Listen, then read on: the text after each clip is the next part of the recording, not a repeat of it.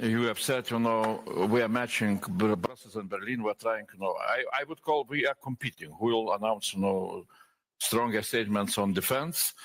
And definitely, I would like to congratulate German government of today and of the future. And those decisions are really such a strong and inspiring example to, I hope, to all other member states in Europe, that we can just applaud. And such kind of actions really we need now.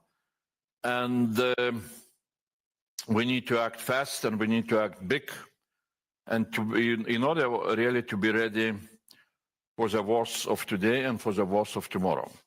I will not try to speak too much about white paper. I would advise maybe if somebody wants to have good political overview of what the European Union were trying to do. Of course, you should read, white paper, but also you should read the recent speech 2 days ago given by Commission President Ursula von der Leyen in Copenhagen in military academy. It's a perfect description of all how we see the situation, looking from Commission windows, from EU leadership windows, and what we will need to do. And all the essence of what we need to do was, again, I will quote Commission President from her speech when she said in a very simple way, if Europe wants to avoid war, Europe must get ready to the war. And well, since there are also military people, I am as poor a civilian, I will not go very much into details of military things, but when I see as a former prime minister some numbers where we are and where, for example, Russia is, then I understand very much how big are the threats and how big job we need to do. I will remind simply just two numbers. One is what NATO General Secretary is speaking out, that Russia during 3 months at the moment is able to produce more weapons than all the NATO member states are able to produce during 1 year. All the NATO member states, including United States, including Great Britain, Canada, and all of us. So that is one thing. And second, that this year, if to measure in so-called purchasing power parity, Russia will spend for military needs more than all of us EU member states will spend for our defense. So my conclusion is here always very simple. If we shall allow such numbers, such inequality to stay for a longer period of time, we shall keep temptation for Putin going on to test us very soon. And again, we need to take into account very seriously what the intelligence services, German intelligence service or Danish intelligence service recently have said, that in Kremlin there are going real discussions about possibilities to test Article 5 in the nearest future, at least till 2030. So those are realities. Realities which we are facing. From another side, of course, realities are so-called going negotiations or whatever we can call them, on ceasefire in Ukraine, and also some steps or some statements which we can hear from our partners on another side of Atlantic. Again, I will not elaborate too much on that, but from the very beginning, even before American elections, when I was nominated as a candidate to become commissioner, I was always repeating that we have two challenges to have in mind. One is very urgent. It's really Russia and Ukraine, and now we see even more evidences of what are the threats here and what are the urgencies. Second one, I was repeating that since we also see that Chinese military power is growing very rapidly, we need to have in mind that it will lead to more and more of American pivot towards Indo-Pacific, to Asia, to mitigate Chinese military power, and we need to be ready for that. Now I repeat it again, those numbers, which it's not my invention, but that that 450 million Europeans. We should not ask, we should not cry for 340 million Americans to defend us against 140 million Russians who are not able to defeat 38 million Ukrainians. So that's, that's the number. So we need really to take more and more of responsibility on on our shoulders, and to do that without delays, because the threats and urgency is here. So I simply will say a few words about white paper. White paper has several clear priorities. One is, of course, searching defense spending. So some steps on defense spending were done even before white paper was published. So that's how it's incredible how speedy, European Union is becoming when real crisis is coming. So, and as you know, after 2 weeks of previous European Council, Commission on this Wednesday approved not only a white paper, but also very important regulations on so-called safe loans, 150 billion attractive loans which are backed by European Union budget. Also on possibilities for member states to use so-called escape clause and to have 1.5% of GDP not to be included, spent on defense not to be included into deficits. That opens possibilities. Again, I want always to stress those are possibilities, so opportunities for member states to invest into defense quite big amounts of money. We can calculate, that it will open during the next 4 years to spend around 800 billion for defense. I'm always also reminding that it's only additional money. If we will calculate all the money, and if we shall have such an ideal situation that from the next year after NATO summit, member states will start to spend 3.5%, because now we're adding, 1.5 to 2%. So 3.5% annually will mean that all EU member states will spend around 600 billion euros for defense, which means during 4 years it will be 2.4 trillion. And since member states are spending around 30% for defense equipment, so we shall have 800 billion real money going into defense industry, into defense equipment, and so on and so on. So this is really whatever, big bang search, or we can call it how we want to know. Possibility for that is here. What member states will do, we shall see, but I hope that really here also we shall be able to convince member states to go ahead. So as I said, first is searching defense spending. Second is really closing capability gaps and not having in mind only the wars of today, but also the wars of tomorrow. And gaps analysis, we are basing our analysis on NATO reviewing of defense plans and capability gaps. We want to have very clear list of the needs in order for us to create what we call aggregated demand, to create visibility for the industries, for financial markets, and also to understand how much it will cost for us to implement all those needed things.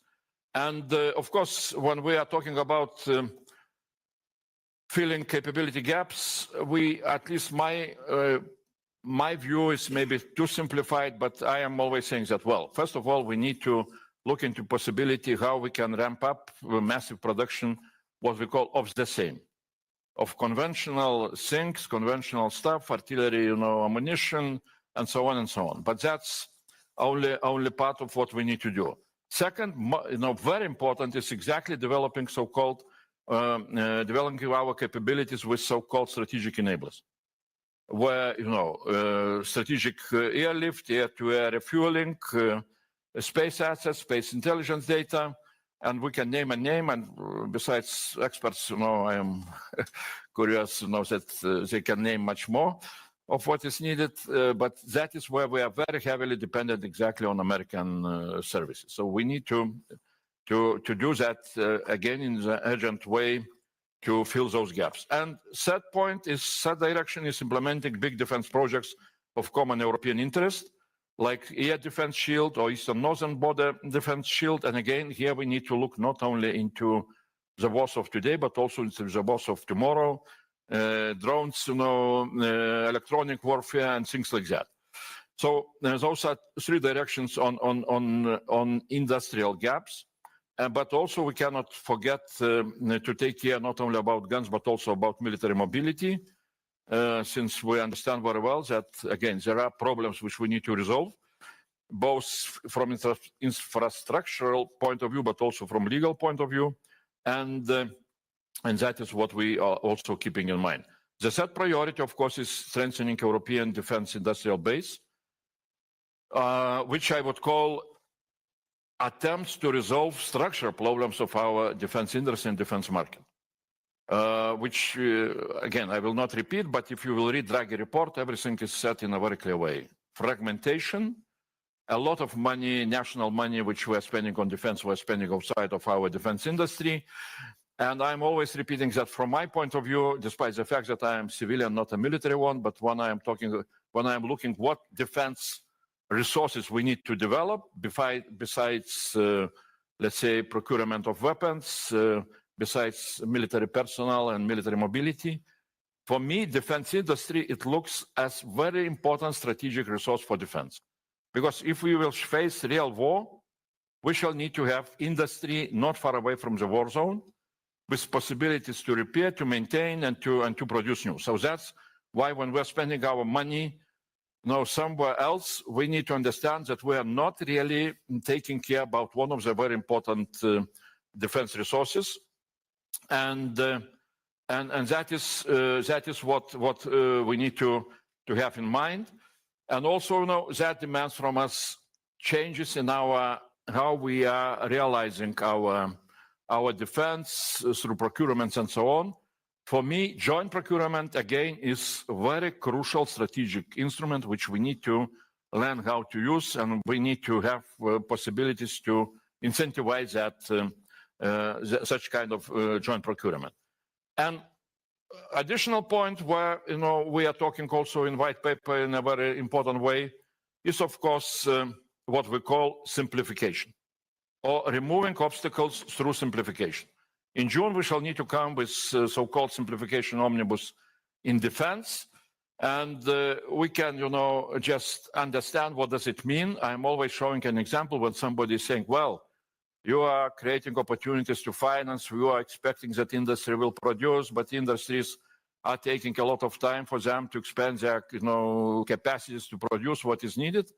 I'm saying, let's look into Ukraine.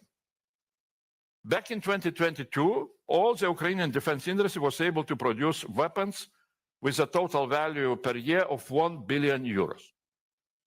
Because of the war, because they went for real simplification of all the different regulations. Last year, they concluded the year, they ended the year with possibility to produce 35 billion euros value weapons. Increase of capacity by 35 times. That's a real big bang. So I don't think that we need to we need 35 times to increase our capacities, but I'm just showing that this is really possible. And the last, but maybe it should be the first chapter when we are talking about white paper is, of course, our support to Ukraine. And I will not elaborate again. What we are saying with all what was done till now. 50 billion euros provided by European Union for Ukrainian strengthening Ukrainian defense capabilities. I would remind that if you will recalculate those 50 billion into annual support, which means around of 16 billion per year, we are giving military support. It's below 0.1% of our GDP. So we need to have this in mind. We can do more. And with Rearma Europe new instruments, especially with safe, attractive loans, AAA loans, 45 years maturity and 10 years of grace, we can do. I think that we can find together with Ukraine and with member states new possibilities how really we can increase quite substantially our support to Ukrainian defense. Also, we are looking into possibilities to strengthen our institutional cooperation in defense with creating task force to coordinate all aspects of our defense support with Ukraine. We are going to speed up integration of Ukrainian defense industry with European one. That is for we expect that Parliament and Council will agree quite soon with so-called EDIP program, which has a chapter on integration. And I would say again, I'm just starting to understand now, what we wrote into white paper. Because white paper is about the future of European defense. And we included, well, rationally, we included all things related with Ukrainian defense. Which means that, I don't know if this is the first time when we are including into our defense documents Ukraine as a real, partner in our defense. So that's, for me, it looks like a step forward, in our political thinking, at least. So this is what white paper is about. But I'm always repeating that, yeah, it was good to draft, white paper to discuss with all the experts. We got more than inputs from more than 20 member states, from industries, from experts, and so on. Thanks a lot to everybody. And Germany here was very, very active and very good, association of industry. And this period of 100 days of what I call of reflections really was very much, needed. I saw how, in some way, convergence of our attitudes was starting to come, and that is why I was not so much surprised when, some steps were done even before white paper was published, because it was very clear that we are on the same page with all the most important players in this field. For me, approval of white paper is also the start of joint action, and that is why even during presentation I said, well, for me now most important is implementation, simplification, and realization of new opportunities. I'm always repeating, that, well, I saw quite a lot of expectations in the public from white paper. I was always repeating, we need to understand very simple thing.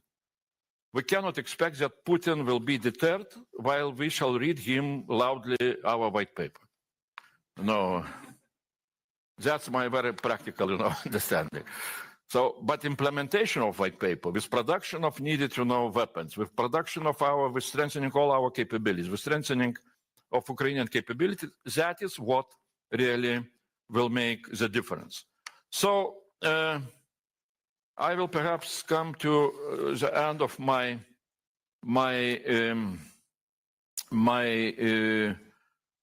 explanation. I will not talk too much about again, I said a few words about financial part of all the implementation with the safe loans, with the escape clause. Next week we shall also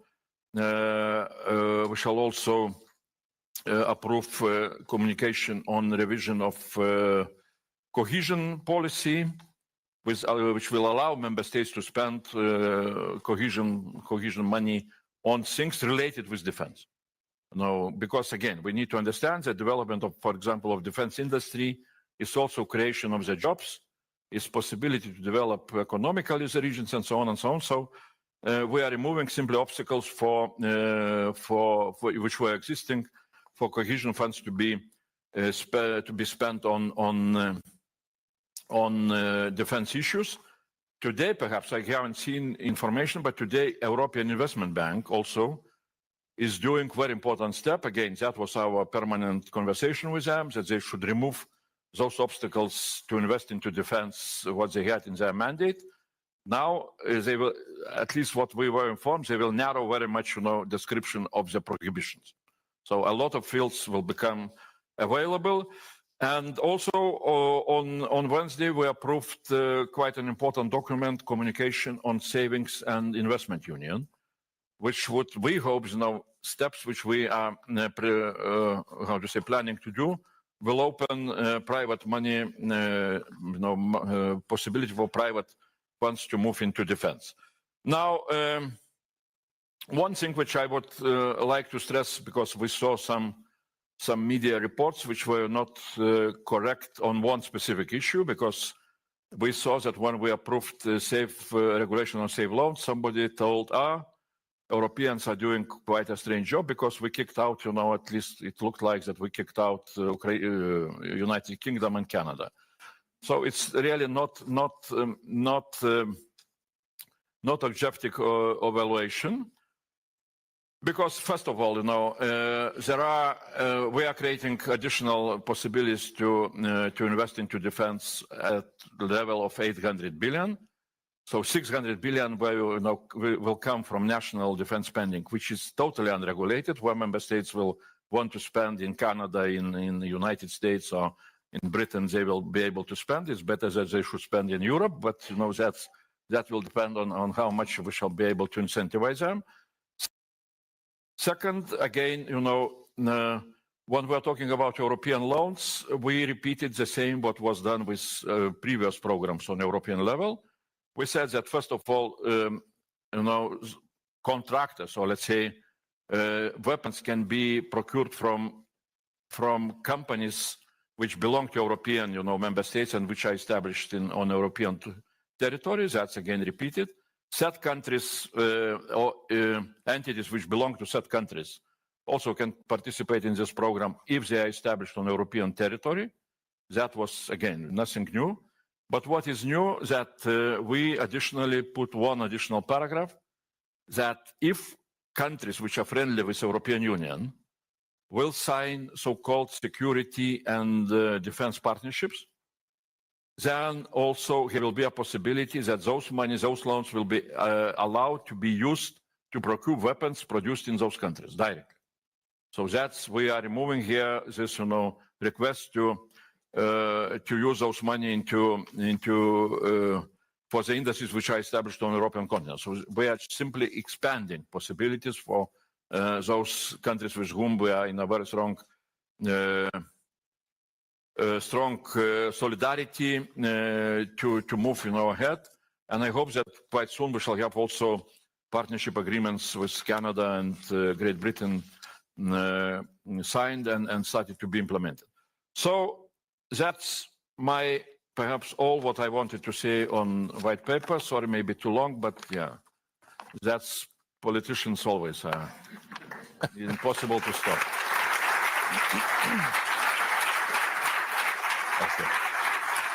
Thank you. Thank you very much, Commissioner. And if you would like to take the center seat, that would be brilliant. So I would like to get our other